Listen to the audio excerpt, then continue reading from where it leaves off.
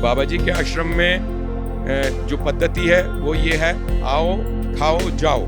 बाबा जी बहुत समय तपस्या में विभिन्न जगहों पर रहे, जिसमें बाबा जी ने बहुत बड़ा समय, करीब 20 साल का समय गुजरात में भी तपस्या करने में निकाला। पहला स्कूल दिल्ली, देश की राजधानी होते हुए पहला स्कूल वहाँ बाबा श्री सेवानंद जी महाराज ने शुरू किया, जो अभी भी बाबा नीम करौली महाराज के नाम से वहाँ चलता है, जिसमें करीब 7,000 बच्चे पढ़ते हैं। नीम करौली के चित्र का अनावरण करने के लिए पहुंचे हैं एक आर्टिस्ट, उनसे भी बात कर लेते हैं। उन्होंने बाबा नीम करौली का जो है वो स्केच बना रखा है।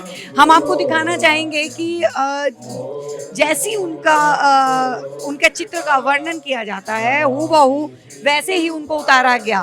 कैसे प्रेरणा, अपना शुभ नाम?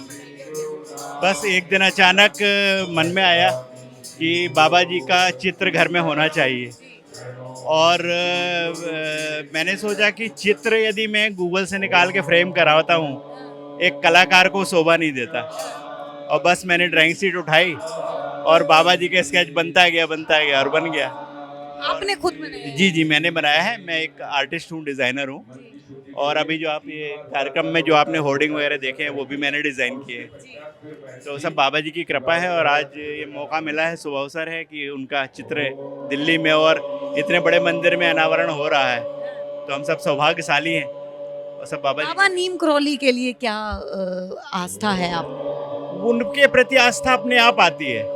ये मैंने खुद का मेरा निश्चय वो है कि मैं थोड़ा सा उतार चढ़ाव तो बिजनेस में रहता है, और जिस दिन से बाबा जी का ध्यान किया है मैंने, और बाबा जी, अभी मैं कैची धाम नहीं जा पाया हूँ, जिस दिन उनकी प्रेरणा होगी मैं पहुँच जाऊँगा। यहाँ कश्मीरी गेट पे जो मंदिर है वहाँ मैं गया हूँ, और बस उन्हीं की कृपा है। तो अभी जो है वो चित्र का अनावरण जो है वो यहाँ पे होने जा रहा है।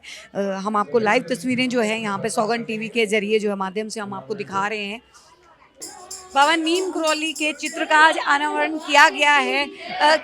बाबा नीम करौली की मान्यता जितनी देखने को मिल रही है, क्या यहाँ पे चित्र का अनावरण करने की कैसे सोची? बाबा नीम करौली महाराज हनुमान जी के अवतार माने जाते हैं, उनकी सभी शक्तियों से ओतप्रोत माने जाते हैं।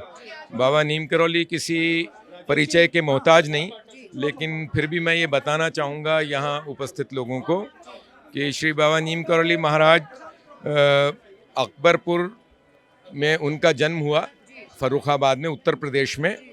और वो अंग्रेज़ों का ज़माना था, तो उसी समय उन्होंने गृहस्थ थे बाबा जी वैसे, लेकिन बाबा जी ने गृहस्थ में रहते हुए बहुत तपस्याएं की, और अपना काफ़ी जीवन तपस्याओं में निकालने के बाद उन्होंने जो चमत्कार लोगों ने उनके देखे, एक ही समय में कई स्थानों पर मौजूद होना, दूर से, रिमोट से किसी का कष्ट दूर कर देना, और सपनों में लोगों को आके उनके जीवन का धारा बदल देना। एक वाक्य जो है बुलेट प्रूफ कंबल का जो आता है वो क्या? हाँ, कंबल बाबा जी का ये है कि क्योंकि गृहस्थ जब भी साधु बनता है तो लोग इस बात को क्वेश्चन करते हैं कभी कभी कि क्या गृहस्थ को कोई पूरा छोड़ सकता है। तो उस पूरी त्याग की भावना को और संन्यास को परिलक्षित करने के लिए, दिखाने के लिए बाबा जी महाराज ने ये कर लिया कि हम सिर्फ कंबल धारण करेंगे, और सब कुछ त्याग दिया, जबकि सब कुछ उनके पास अवेलेबल था, लेकिन सब त्याग के और जन कल्याण के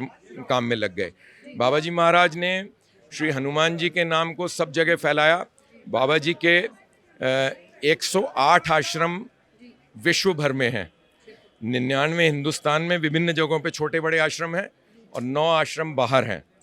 और मज़े की बात यह है कि बाबा जी कभी समुद्र पार करके बाहर खुद नहीं गए, तो बाहर से बहुत लोग यहाँ पर उनसे प्रेरणा लेकर, उनसे आशीर्वाद लेने के लिए यहाँ पर आते हैं। विदेशियों का काफ़ी, एप्पल का अगर बात की जाए और फेसबुक की बात की जाए तो बताया जाता है कि जुगरबर्ग से लेके सब यहाँ पे पहुँचते थे। जी। एक्चुअली जुकरबर्ग जो फेसबुक के मालिक हैं वो तो बहुत अभी यंग हैं। स्टीव जॉब्स बाबा जी से बहुत प्रेरित थे, और स्टीव जॉब्स अपने बिजनेस का जब एक बहुत ख़राब दौर देख रहे थे एप्पल में, तो तब उन्होंने बाबा जी महाराज से आशीर्वाद लिया, और उसके बाद से उनके जीवन की दिशा ही बदल गई। तो बहुत सारे सेलिब्रिटीज़ बाहर से बाबा के दर्शनों के लिए आते हैं, हज़ारों लाखों भक्त विदेशी हैं, जिनमें जूलिया रॉबर्ट्स यहाँ आती हैं, मार्क जुकरबर्ग ने तो जब हमारे देश के प्रधानमंत्री वहाँ गए तो उन्होंने फेसबुक के टाउन हॉल में कहा कि मुझे बाबा नीम करोली महाराज सपने में आए और स्टीव जॉब्स ने मुझे प्रेरित किया था, तो मैं बाबा के दर्शन करने वहाँ गया। बाबा जी महाराज का यहाँ कैंची धाम में हेडक्वार्टर माना जाता है, जो कि उत्तराखंड के नैनीताल ज़िले में है। वहाँ बाबा जी अधिक समय रहते थे और 1973 में श्री बाबा जी ने अपना चोला छोड़ा। उससे 2-3 साल पहले से बाबा ने बहुत भ्रमण शुरू कर दिया, क्योंकि और कई जगह आश्रमों की स्थापना करनी थी। उसी कड़ी में दिल्ली में जौनापुर गांव में, जो महरौली तहसील में स्थित है, वहाँ पर श्री बाबा नीम करोली महाराज ने अपना हनुमान जी की मूर्ति स्थापित करके आश्रम बनाया 1970 में। और 1972 से वहाँ उनके शिष्य श्री बाबा सेवानंद जी महाराज को वहाँ उन्होंने स्थापित किया कि वो हनुमान जी की सेवा करें। 65 एकड़ में फैला हुआ बहुत ही खूबसूरत आश्रम है, जो कि 8-9 मंदिरों का संकुल है। वहाँ पर पहला स्कूल, दिल्ली देश की राजधानी होते हुए पहला स्कूल वहाँ बाबा श्री सेवानंद जी महाराज ने शुरू किया, जो अभी भी बाबा नीम करोली महाराज के नाम से वहाँ चलता है, जिसमें करीब 7,000 बच्चे पढ़ते हैं। एक छोटा औषधालय भी वहाँ हम चलाते हैं, जिसमें आसपास के गाँवों के लोग, जिन लोगों को मेडिकल की सुविधा नहीं है, वो लोग उस सुविधा का फ़ायदा वहाँ उठा सकते हैं निःशुल्क। एक गौशाला वहाँ पर है, जिसमें करीब 250 गायें रहती हैं और उनकी पूरी सेवा होती है। बाबा जी के आश्रम में जो पद्धति है वो ये है, आओ खाओ जाओ। लोग आएँ, दर्शन करें, सभी को प्रसाद दिया जाता है। जब गवर्नमेंट की मिड डे मील स्कीम स्कूलों में भी नहीं थी, तब भी बाबा जी ने अपने स्कूल में ये स्कीम कर रखी थी कि जो बच्चे स्कूल में पढ़ने आएंगे। एक सवाल जो सबसे बड़ा अभी हाल फिलहाल का अगर मैं बात करूं, क्योंकि भारत जो है वो धर्म स्थली मानी जाती है, धर्म गुरुओं की स्थली मानी जाती है।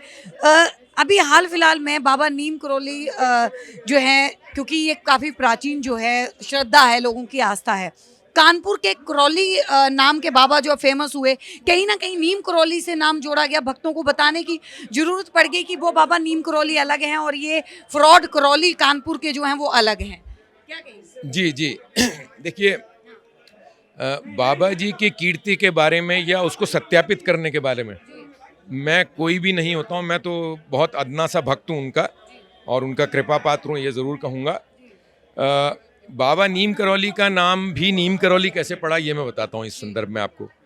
नीम करौली एक उत्तर प्रदेश में गांव का नाम है, जहां 1934 में बाबा जी रमण कर रहे थे और एक ट्रेन का वहां रुकना हो गया। बाबा जी वहां फर्स्ट क्लास में बैठे थे और कुछ अंग्रेज़ बाबू वहां आए और बाबा जी को ये समझ के कि ये कंबल ओढ़े कौन आदमी बैठा है, इसको नीचे उतारो। तो उस एरोगेंस में, रेशियल एरोगेंस में, उनको बाबा जी को नीचे बिठा दिया गया। बाबा जी को नीचे बिठाने के बाद ये हुआ कि वो ट्रेन, उन दिनों भाप के इंजन चलते थे, स्टीम इंजन्स, तो वो इंजन चला ही नहीं, गाड़ी चली ही नहीं। और सब तरह से इंजीनियरिंग ब्रिगेड मंगाई गई, क्योंकि बड़े बड़े अंग्रेज़ अफसर उसमें ट्रैवल कर रहे थे, लेकिन वो ठीक नहीं कर पाया, उसको इंजीनियर्स का जत्था ठीक नहीं कर पाया। तो फिर किसी लोकल आदमी ने ये कहा कि साहब देखिए, ये जो जिनको आपने उतारा है, उनके वेश को देखते हुए कि साधारण कंबल पहने हैं तो कोई साधारण व्यक्ति हैं, वो साधारण व्यक्ति नहीं हैं, वो एक महापुरुष हैं, वो एक संत हैं। आप उनको बिठाइए और गाड़ी फिर चालू हो जाएगी। और बाबा जी को फिर से प्रार्थना की गई कि आप गाड़ी में बैठें, और जैसे ही बाबा जी बैठे, जो 6 घंटे से प्रयास चल रहा था और गाड़ी नहीं चल रही थी, वो गाड़ी फिर स्टार्ट होकर ट्रेन चल पड़ी। और वहीं से श्री बाबा नीम करौली महाराज का जो भक्तों का फॉलोइंग जो थी, वो बहुत स्ट्रांग हो गई। बाबा जी बहुत समय तपस्या में विभिन्न जगहों पर रहे, जिसमें बाबा जी ने बहुत बड़ा समय, करीब 20 साल का समय, गुजरात में भी तपस्या करने में निकाला। गुजरात में एक जगह है मोरबी। तो इस तरह से बाबा जी ने पूरे भारत में भ्रमण किया, और बाबा के आश्रम नैनीताल से लेकर साउथ में चेन्नई तक हैं। चेन्नई तक आश्रम हैं बाबा के। जैसा मैंने बताया 108 आश्रम हैं, 9 आश्रम विदेशों में भी हैं। ये विदेशी भक्त जो बाबा के यहाँ आते थे, उनको बाबा ने इस हद तक प्रेरित किया कि उन्होंने अपनी पूरी जीवन धारा को हनुमत भक्ति में लगा दिया। और न्यू मैक्सिको में, जापान में, ताओस में, कई जगह पर बाबा जी के आश्रम हैं। जर्मनी में बाबा का आश्रम है। तो इस तरह से 9 आश्रम बाबा के बाहर हैं। बताया जाता है कि जिस वक्त उन्होंने समाधि ली थी, उससे पहले से आप जो है बाबा नीम करौली के साथ जो है वो मेरे ससुर जी थे, वो इनके भक्त बने। मेरे पति बचपन से ही कैंची आश्रम जाया करते थे और विवाह के पश्चात मैंने भी महाराज जी के आश्रम कैंची में प्रवेश किया। वहाँ जाके सिद्धि माता जी जो उस समय महाराज जी के प्रयाण के बाद, महाप्रयाण के बाद आश्रम को संभाल रही थी, दिव्य शक्तियों की स्वामिनी रही हैं वे, और विशेष भक्ति श्रद्धा उनके मन में थी नीप करौरी महाराज जी के प्रति। उनके मैंने कुछ चमत्कार वहाँ देखे और सहसा मैं भी उनकी भक्त हो गई, उन भक्ति की राह पे चल पड़े। धीरे धीरे मन में उनके प्रति श्रद्धा का विस्तार ऐसा हुआ कि कुछ भजन लिखने भी शुरू किए और कुछ गाने भी शुरू किए अपनी इच्छा अनुसार। बच्चे भी हमारे छोटेपन से ही महाराज जी के आश्रमों में जाया करते थे और धीरे धीरे भक्ति का प्रभाव उनके हृदय में भी बहने लगा। चमत्कारों पे विश्वास है क्योंकि आजकल जो है भारत में लगातार चमत्कारों की बातें ज्यादा हो रही हैं। नहीं जी, देखिए महाराज जी के चमत्कार देखे हैं, मतलब सुने हैं लोगों से, हमने खुद नहीं देखे पर बहुत लोगों से सुने हैं। बचपन से हम सह परिवार आते गए हैं और आज मौका मिला है कि बाबा जी के चित्रहार में हम भजन गाएं, तो बहुत खुशी है। हम हमेशा हर साल कैंची आश्रम जाते हैं, ऋषिकेश आश्रम जाते हैं, तो बचपन से ही बड़ी श्रद्धा है। मेरे दादाजी परदादा जी जब से हैं वो भी थे, वो भी आते गए, तो काफ़ी अच्छा लगता है आके बाबा जी। आप भी भजन गाती हैं? हाँ जी, हाँ जी। गाती हैं। अब जो मैं विशेष रूप से आपसे कुछ कहना चाहूँगी कि आज ही दीपक जी जिनका डिवाइन चैनल है, ये उनके सूत्रधार हैं, इनसे हमारी भेंट हुई जौनापुर, दिल्ली के जौनापुर आश्रम में। इन्होंने इच्छा व्यक्त की कि ये गुरु महाराज जी के लिए कोई धारावाहिक बनाना चाहते हैं। सहसा इनकी इच्छा, मैं तो ये कहूँगी कि किसी अज्ञात प्रेरणावश मेरे मुंह से ये निकल गया कि इसे मैं लिखना चाहूँगी।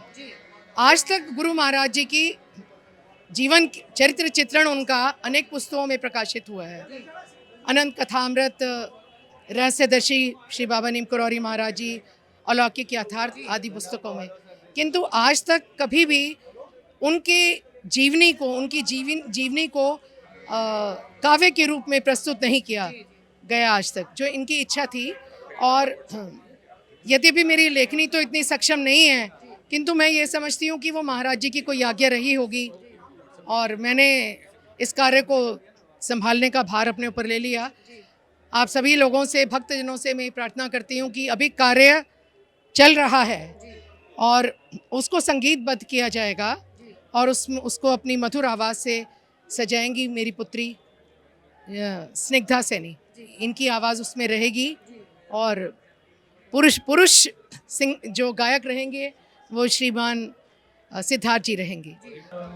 गुरु वंदना का जो है अनावरण से पहले यहाँ पे जाप हो रहा है। एक घटना जो है हम आपको बताना चाहेंगे बाबा नीम करौली के बारे में। बताया जाता है कि एक बार बाबा नीम करौली जो है वो ट्रेन के अंदर यात्रा कर रहे थे। टिकट ना होने की वजह से उन्हें नीम करौली नाम की एक जगह के ऊपर उतार दिया गया था। बताया जाता है कि उसके बाद से जैसे ही टीटी ने, जैसे ही रेलवे के अधिकारियों ने ट्रेन को आगे बढ़ाने के लिए हरी झंडी दिखाई तो ट्रेन 1 इंच भी आगे नहीं बढ़ी।